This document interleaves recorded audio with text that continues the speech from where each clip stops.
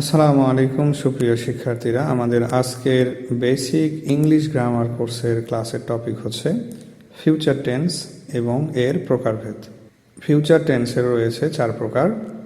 এর মধ্যে প্রথম প্রকার হচ্ছে ফিউচার ইনডিফিনিট টেন্স, যার বাংলা ডেফিনেশন হচ্ছে ভবিষ্যৎকালে কোনো কাজ হবে বা ঘটবে এবং বাংলা ক্রিয়ার শেষে যাব, আসবে, করব এগুলো থাকবে।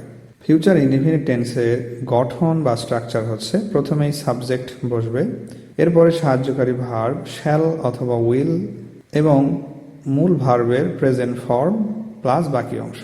আমরা এর আগে দেখেছি প্রেজেন্ট ইনডিফিনিট এবং পাস্ট ইনডিফিনিট টেন্সের কোনো সাহায্যকারী ভার্ব ছিল না, তবে ফিউচার ইনডিফিনিট টেন্সের ক্ষেত্রে অবশ্যই সাহায্যকারী ভার্ব থাকবে, শ্যাল অথবা will.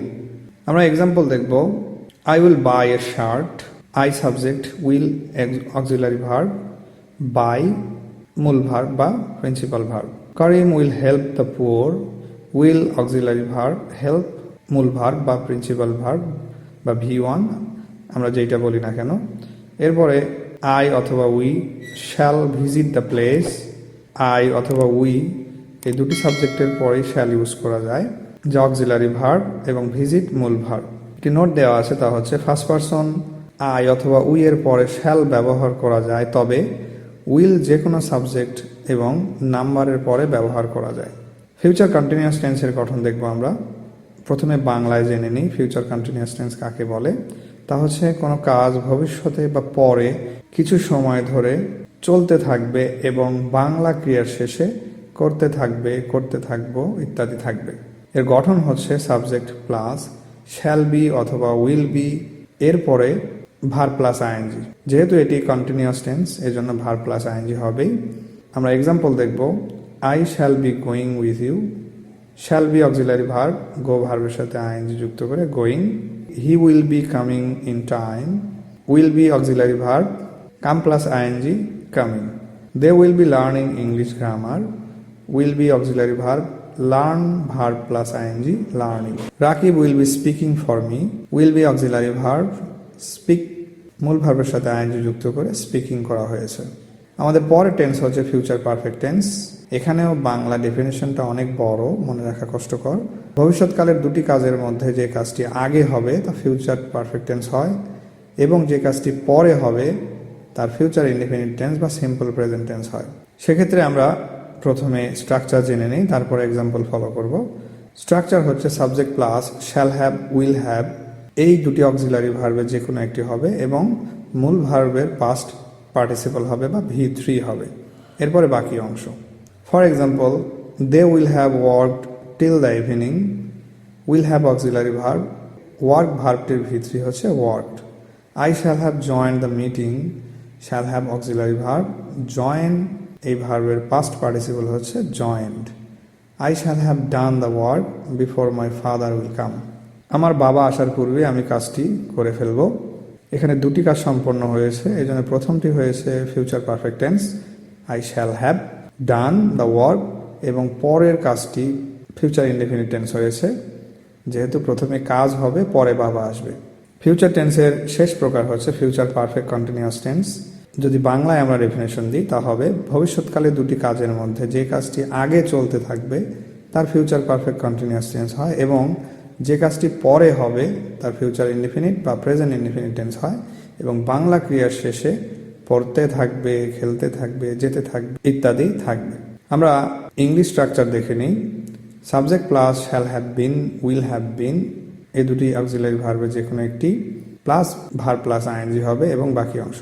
For example, I shall have been playing till 4 PM, shall have been auxiliary verb, play ভার্বের সাথে আইএনজি করে প্লেইং করা হয়েছে। He will have been driving a car, will have been auxiliary verb, drive ভার্বের সাথে ING যুক্ত করে driving করা হয়েছে। We shall have been living here for 3 years, shall have been auxiliary verb, live verb plus ING, living করা হয়েছে। We shall have been waiting for him until he comes back, we shall have been waiting, shall have been auxiliary verb, wait verb plus ING, waiting এটি future perfect continuous tense হয়েছে এবং পরের কাজ যেটি হয়েছে হি comes back এটি হয়েছে present indefinite tense. তো এভাবে আমরা ফিউচার টেন্সের 4 প্রকারের স্ট্রাকচার দেখার পর আমরা ফিউচার টেন্সের 4 প্রকারের অক্সিলারি ভার্বগুলো মুখস্থ করব। ঠিক এভাবে ফিউচার ইনডিফিনিট টেন্সের শ্যাল অথবা উইল, ফিউচার কন্টিনিউয়াসের shall be, will be, future perfect টেন্সের shall have, will have, future perfect continuous টেন্সের shall have been, will have been. আমরা ধারাবাহিকভাবে যদি খেয়াল করি, প্রথমে শ্যাল উইল, এরপরে বি যুক্ত হয়েছে, এরপরে হ্যাভ যুক্ত হয়েছে, শ্যাল হ্যাভ, এবং শেষে শ্যাল হ্যাভের পরে শুধু বিং যুক্ত হয়েছে। ইনডিফিনিট টেন্সে ভার্বের প্রথম রূপ, কন্টিনিউয়াস টেন্সে ভার্ব প্লাস আইএনজি, পারফেক্ট টেন্সে ভার্ব প্লাস 3 অর্থাৎ ভার্বের পাস্ট পার্টিসিপল রূপ, এবং কন্টিনিউয়াস টেন্সে যথারীতি ভার্ব প্লাস আইএনজি। এভাবে মনে রাখতে পারলেই আমাদের 12টি টেন্সের গঠনে ভার্বের রূপগুলো ব্যবহার করা খুবই ইজি হবে। শুধুমাত্র অক্সিলারি ভার্বগুলো মনে রাখাটাই জরুরি। এরপরে আমরা নির্দিষ্ট কিছু ভার্ব দিয়ে ফিউচার টেন্সের গঠন অনুযায়ী উদাহরণ দেব। যেমন গো ভার্ব দিয়ে আমরা এখানে উদাহরণ দিয়েছি, আই শ্যাল গো অথবা I will go, I shall be going, I shall have gone, I shall have been going.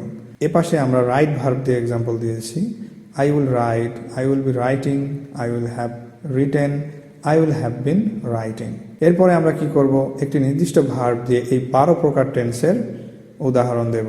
এই সারিতে প্রেজেন্ট টেন্সের 4 প্রকার, এখানে পাস্ট টেন্সের, এবং এই সারিতে ফিউচার টেন্সের 4 প্রকারের উদাহরণ দেওয়া হয়েছে ডু ভার্ব দিয়ে। আমরা এই ডু ভার্ব দিয়ে 12টি টেন্সের এক্সাম্পল দিচ্ছি।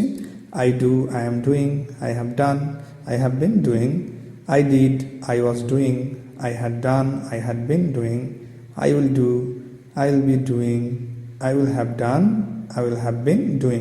এভাবে আমরা নির্দিষ্ট কিছু ভার্ব দিয়ে যদি একাধারে এই 12টি টেন্সের উদাহরণ দিই, তাহলে আমাদের 12টি টেন্সের গঠন একেবারেই মনের মধ্যে সেট হয়ে যাবে। এখানে টেন্স নির্ণয়ের একটি সূত্র দেওয়া আছে, আর তা হচ্ছে সেন্টেন্সে অক্সিলারি ভার্ব দেখে। আমরা যদি অক্সিলারি ভার্বগুলো মনে রাখতে পারি, তাহলে কোনো সেন্টেন্স দেখেই আমরা টেন্স নির্ণয় করতে পারবো। আর যদি অক্সিলারি ভার্ব না থাকে, তখন আমরা ভার্বের রূপ দেখব। অক্সিলারি ভার্ব থাকে না মাত্র 2টি টেন্সে, আর তা হচ্ছে প্রেজেন্ট ইনডিফিনিট টেন্স এবং পাস্ট ইনডিফিনিট টেন্স।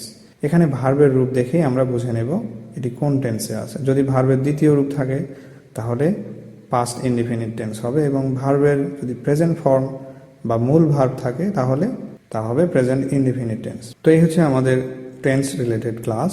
টেন্স শেখা হয়ে গেলে এগুলো ভুলে গেলে চলবে না, এগুলো মনে রাখতে হবে, কারণ অ্যাডভান্স লেভেলের যতগুলো গ্রামার আছে বা টপিক আছে, এই প্রতিটি গ্রামার শিখতে গেলে আমাদের টেন্স লাগবে বা বেসিক গ্রামারটুকু লাগবে। আমরা এমনভাবে মনে রাখবো অথবা মাঝে মাঝে প্র্যাকটিস করব যেন এগুলো না ভুলে যাই।